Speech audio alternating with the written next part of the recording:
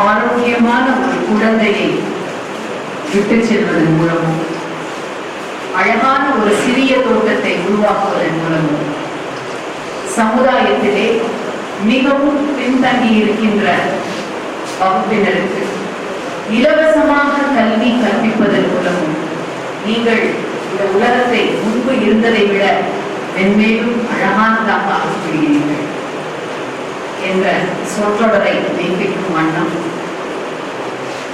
தொடர்ச்சியான கல்வி பணி, சமூக பணி, தமிழ் பணியினால் இந்த உலகத்தை மென்மேலும் அழகானதாக ஆக்கிவிடுகின்ற செட்டிநாடு வள்ளல் குடும்பத்தவரால் துவங்கப்பட்ட குமாரராஜா முத்தையா மேல்நிலைப் பள்ளி, ராணி லேடி மெய்யவை மேல்நிலைப் பள்ளி ஆகிய இரு பள்ளிகளும் இணைந்து மாணவ செல்வங்களுக்கு அவர்களுடன் உரையாடி விதிவண்டி வழங்குகின்ற இந்த நிகழ்விலே என்னை மிக சிறப்பாக வரவேற்று வரவேற்புரை ஆற்றி இருக்கின்ற பள்ளியினுடைய தலைமை ஆசிரியர் முனைவர் பாஸ்கரன் அவர்களே, பள்ளியினுடைய செயலர் திருமதி எஸ் சசிபிரபா அவர்களே, தலைமை ஆசிரியை திருமதி ராணி மெய்யவை மேல்நிலைப் பள்ளியின் தலைமை ஆசிரியை திருமதி விசாலாட்சி அவர்களே, இந்த பகுதியினுடைய பகுதி செயலாளர் அன்பிற்குரிய தம்பி துரைக்கபிலன் அவர்களே, வட்ட செயலாளர் அவர்களே, ஹரிகிருஷ்ணன் அவர்களே, பெற்றோர்கள் சூழ்ற்று பெற்று இந்த மண்ணுக்கு சமூகத்திற்கு மலர்ந்த பூக்கள் என ஒப்படைக்கின்ற மாணவ செல்வங்களை தத்தெடுத்திருக்கின்ற பெற்றோர்களாக அவர்களுடைய வாழ்க்கையை நல்நெறி காட்டி நடாத்துகின்ற என் இனத்தை சார்ந்த ஆசிரியர் பெருமக்களே,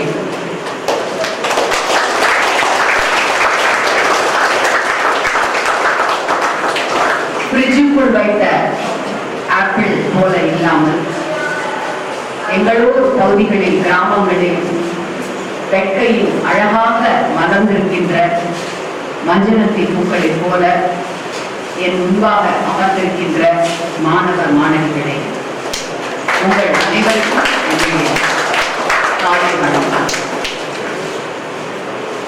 என்னை அறிமுகப்படுத்தி பேசிய தலைமை ஆசிரியர் உங்களிடையே என் குறித்து பல செய்திகளை பகிர்ந்து கொண்டார். என்னுடைய படிப்பு, பெற்றிருக்கின்ற பட்டங்கள், என்னுடைய பயணத்தில் நான் பெற்ற விருதுகள், இப்படி எல்லாவற்றையும் உங்களோடு பகிர்ந்து கொண்ட பொழுது உள்ளபடியே மகிழ்வும் பெருமையும் எனக்கு உண்டுதான்.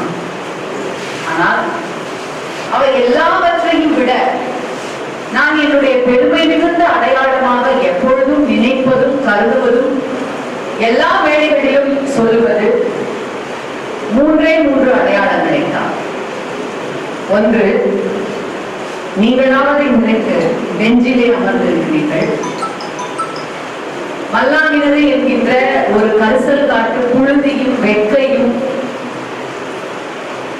முழுக்க மானம் பார்த்த பூமியான அந்த சின்ன கிராமத்தில் மண் விழுகிய தரையில் தலை நிறைய தேங்காய் எண்ணெய் வைத்துக் கொண்டு, சமயங்களில் வேப்ப எண்ணெய் கூட வைத்துக் கொண்டு, ரெட்டச்சடை பண்ணி மண் விழுகிய தலையில் அமர்ந்து 1ஆம் 3ஆம் படித்த சுத்தமான கரிசக்காட்டு தமிழச்சி நான்.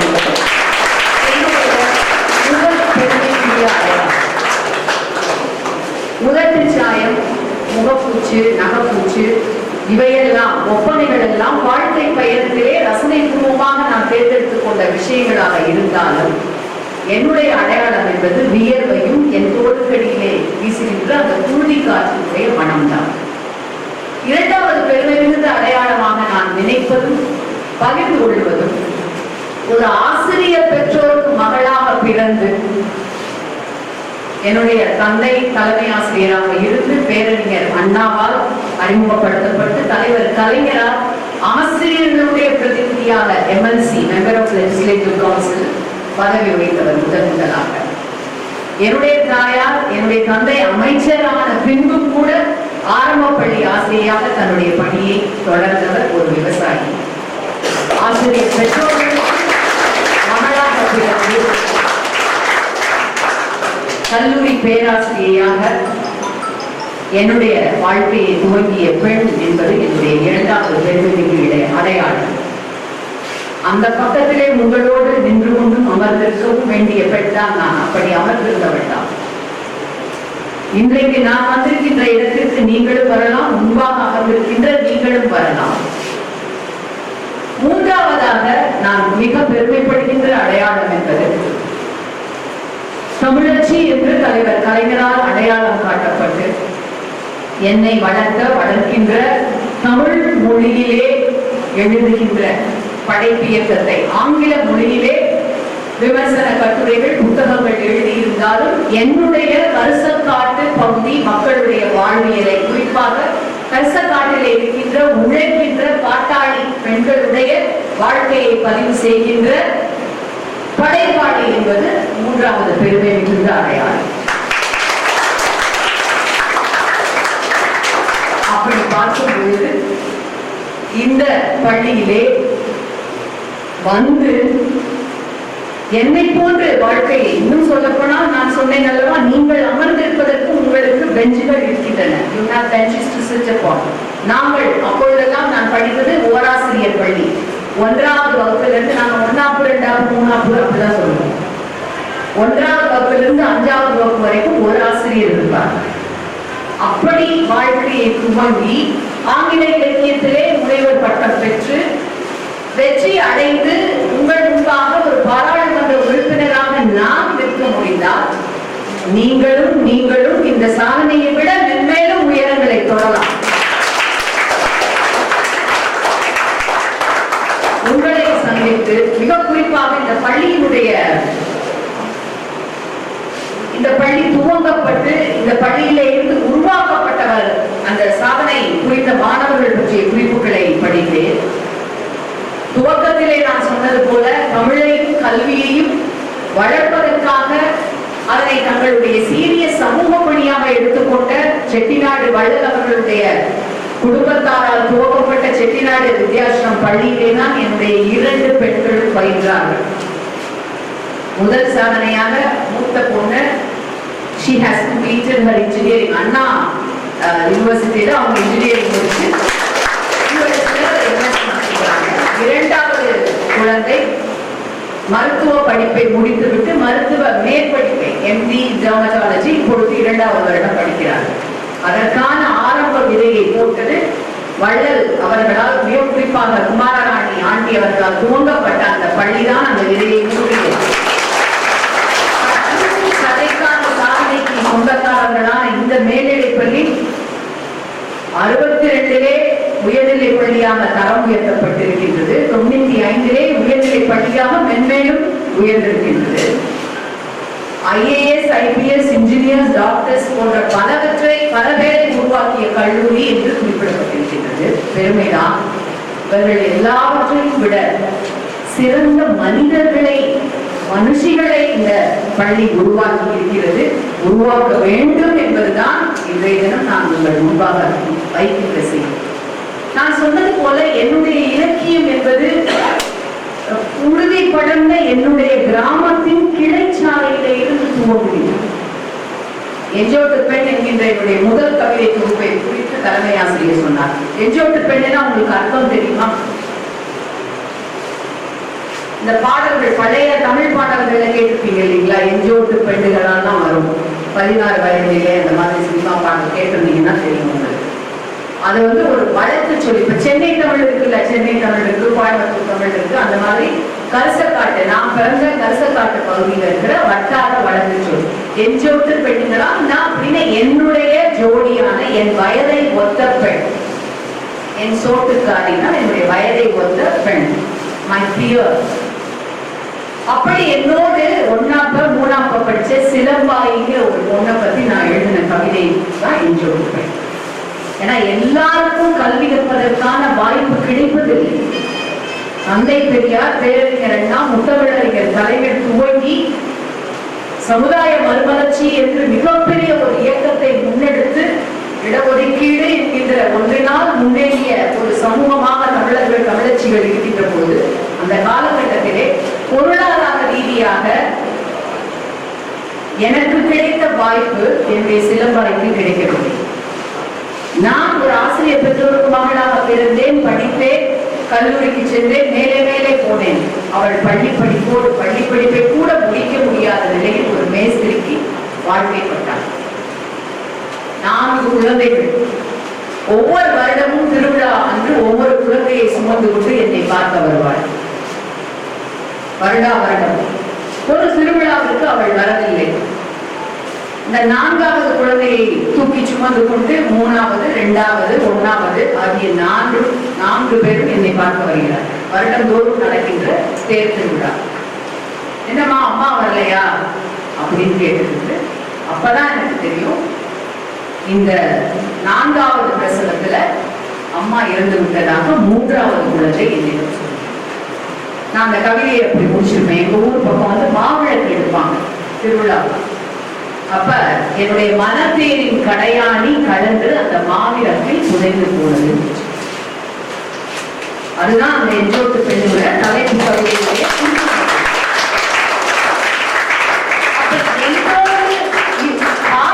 தோட்டக்காரன் இருவரையும் ஒரே மண்ணில் தான் பதியம் போடுகிறார். எல்லோரும் அந்த கிராமத்துல தான் பிறக்கிறோம். பொருளாதார ரீதியாக இந்தியாவிற்கே உரிய சாபக்கேடான இந்த ஜாதி என்கின்ற ஒரு முறை இருக்கிறது அல்லவா? ஒரு குறிப்பிட்ட வகுப்பினருக்கு மட்டும் கல்வி கற்கலாம். அதே சமயத்திலே பட்டியல் இனத்தவராக இப்படி வேற இனத்திலே பிறந்துவிட்டால் கல்வி வாய்ப்பு கம்மி என்கின்ற அந்த நிலை இந்தியாவிற்கே உரிய சாபக்கேடு. உலகில் வேற எங்கேயும் வர்க்க வேறுபாடு இருக்கு. பணக்காரங்க ஏழை இருக்காங்க, வெள்ளையர்கள் கருப்பர் இருக்கிறாங்க. ஆனால் சாதி என்கின்ற மிக மிக ஒரு கீழ்த்தரமான கயமை மிக்க ஒரு வேறுபாடு இந்தியாவில் மட்டும்தான் இருக்கு. அண்ணல் அம்பேத்கரை நீங்கள் அத்தனை பேரும் அறிவீங்க, உங்களுக்கு எல்லாருக்கும் தெரியும். கோட்டு சூட்டு போட்டுட்டு நல்லா படிச்சுட்டு முதல் முறையா ஊருக்கு போறாரு.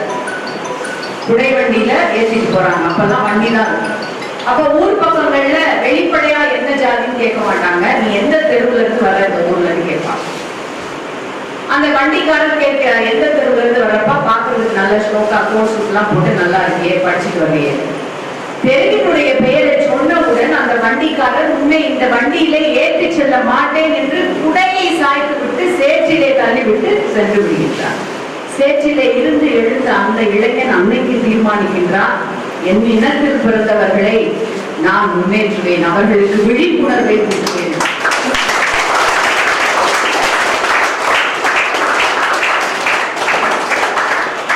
ஸ்கூல்ல உங்களை மாதிரி படிக்கிறாரு அண்ணல் அம்பேத்கர். எல்லாரும் உட்கார்ந்து இருக்க மாட்டோம், அவர் உட்கார்ந்துருக்காரு. கணக்கு பாடத்தை வாத்தியார் எழுதி போட்டுட்டு கணக்கு பாடத்துக்கு இந்த கணக்கு நீ வந்து போடுங்க அப்படின்னு சொல்லிட்டு அம்பேத்கரை பார்த்தாங்க. அதை பார்த்து நீ வந்து போடுங்க, அந்த கணக்கு போர்டுல எழுதுன்னு சொன்னா அவர் அந்த கடைசி பெஞ்சில இருந்து இங்க வர்றதுக்குள்ள முன்வரிசையில இருக்கிற உயர் வகுப்பை சார்ந்தவர்கள் தான் முன்வரிசையில உட்கார வைக்கப்பட்டிருப்பாங்க. அந்த முன்வரிசையில இருக்கிற அத்தனை பேரும் வேக வேகமா இங்க ஓடி வருவாங்க. எதுக்கு ஓடி வருவாங்கன்னா, பிளாக் போர்டுக்கு பக்கத்துல எல்லாருடைய டிஃபன் பாக்ஸும் கொண்டு வந்தது. அப்ப அண்ணல் அம்பேத்கர் வந்து அந்த விடையை போடுறப்ப அவர் கைப்பற்றுச்சுன்னா அந்த டிஃபன் பாக்ஸ் எல்லாம் தீட்டாயிருமே, அதை எடுத்துட்டு வேகமா ஓடி போய் உட்காந்துக்குவாங்க. நிலைமை அப்படி இருந்தது 50 வருடங்களுக்கு முன்பாக. மும்பைல எல்பின்ஸ்டன் கல்லூரியில படிக்கிறப்போ ஒரு முடி திருத்துகின்ற சகோதரருடைய கடைக்கு அம்பேத்கர் போறாரு. அப்ப அந்த முடி திருத்துகின்ற சகோதரர் எந்த வகுப்பை சேர்ந்தவர் என்று கேட்டுவிட்டு இவர் சொன்னவுடன், ஒரு எருமை மாட்டுக்கு நான் மழித்தானும் மழிப்பேரும் தவிர உனக்கு சவரம் செய்ய மாட்டேங்கிறார். எந்த மாதிரியான ஒரு தடைகளை கடந்து வந்து அவருக்கும் சேர்த்துதான் அண்ணல் அம்பேத்கர் வாதாடி அத்தனை உரிமைகளுக்கு நம்முடைய அரசியல் அமைப்பு சட்டத்தின் மூலமாக பெற்றுக்கொண்டார். இப்படி என் கிராமத்துல இருக்கிற எல்லாம் ஒன்னா இருக்கிறோம், ஆனா யாருக்கும் சமமான வாய்ப்புகள் வழங்கப்படவில்லையே. ஆனா அதையெல்லாம் தாண்டி என் கிராமத்து பெண்கள், ரசக்காட்டு பெண்கள் பல பேர் எந்த கம்ப்ளைண்ட் இல்லாம வாழ்க்கையை தைரியமாக எதிர்கொள்வார். இன்னைக்கும் நான்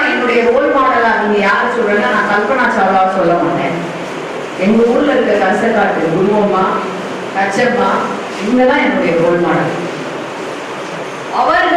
அவர்களுடைய இல்லத்தரசர்கள் இல்லை என்றாலும் அல்லது குடியினால் அடித்து உதைத்து என்றாலும் நான் என் வாழ்க்கையை பார்த்துக் கொள்கிறேன் என்று தங்கள் காலில் இருக்கின்ற பல உழைப்பாளிகளை எனக்கு தெரியும். அதனாலதான் நான் என் கரசக்காட்டு பெண்களை எல்லாம் பெண் சிங்கங்கள் என்று சொல்வேன். பொதுவா நீங்க ஆண் சிங்கங்கள் தான் கேள்விப்பட்டிருப்பீங்க. ஏன் பெண் சிங்கங்கள் சொல்றாங்க? பெண்களை சிங்கங்கள் சொல்லி கேள்விப்பட்டிருக்கீங்களா? அதற்குரிய அர்த்தம் தெரியுமா உங்களுக்கு? ஆண் சிங்கங்கள் வேட்டைக்கு செல்வது கிடையாது, பெண் சிங்கங்கள் தான் வேட்டைக்கு செல்லும். பெண் சிங்கங்கள் வேட்டையாடி எடுத்து வருகின்ற உணவை ஆண் சிங்கங்கள் பகிர்ந்து கொண்டு சிங்கங்களும் கப்ஸ் என்று சொல்லப்படுகின்ற சிங்க குட்டிகளும் சாப்பிடும். இதுதான் அறிவியல் பூர்வமாக இயற்கை நடைமுறை. இப்ப பெண் அவ்வளவு உழைப்பாளியாக தன் குடும்பத்தை நிர்வகிக்கின்றவளாக எத்தனை இடர் வந்தாலும் அதனை தாண்டி நிற்கின்ற மனத்திற்பம் உடையவர்களாக படிப்பு என்கின்ற ஒரு விஷயம் இல்லாமலும் இருக்கிறார்கள் என்றால் எங்கள் பகுதியிலே படித்த பெண்களால் என்னென்ன சாதனைகளை செய்யும். அந்த வாய்ப்பு உங்களுக்கு வழங்கும். ஒரு சிலம்பாய்க்கு கிடைக்காத வாய்ப்பு இன்னைக்கு எல்லாருக்கும் கிடைச்சது. இதே போலதான் சிலம்பாய் போல ஒரு அறிவரசன் இருக்கலாம், ஒரு அறிவரசனுக்கு இல்லாத வாய்ப்பு உங்கள் அத்தனை பேருக்கும் கிடைக்கும். இது பள்ளி வளாகம் என்பதால் இங்கே நான் அரசியல் பேச விரும்பவில்லை. திராவிட இயக்கம் எடுத்துக்கொண்ட அந்த சமூக நீதிக்கான மிக முக்கியமான மைல்கல்லாக கல்வி என்பது பொதுவுடைமையாக்கப்பட்டு மிதிவண்டியை முதலில் வழங்கியவர் தலைவர் கலைஞர் என்றெல்லாம் இங்கே நான் பேச விரும்பவில்லை. இங்கே நான் முக்கியத்துவம் தர விரும்புவது உங்களுடைய பள்ளியிலே பயின்ற ஏ அருண்குமார் கர்நாடக மாநிலம் பெங்களூரில் DRDO என்கின்ற இந்திய பாதுகாப்பு துறையில் விஞ்ஞானியாக இருக்கின்றார். நாளைக்கு உங்களுக்கு ஒரு 5-6 பேர் விஞ்ஞானிகள் ஆகலாம். இயக்குனராகி இந்த பள்ளியில படிச்சிருக்காரு.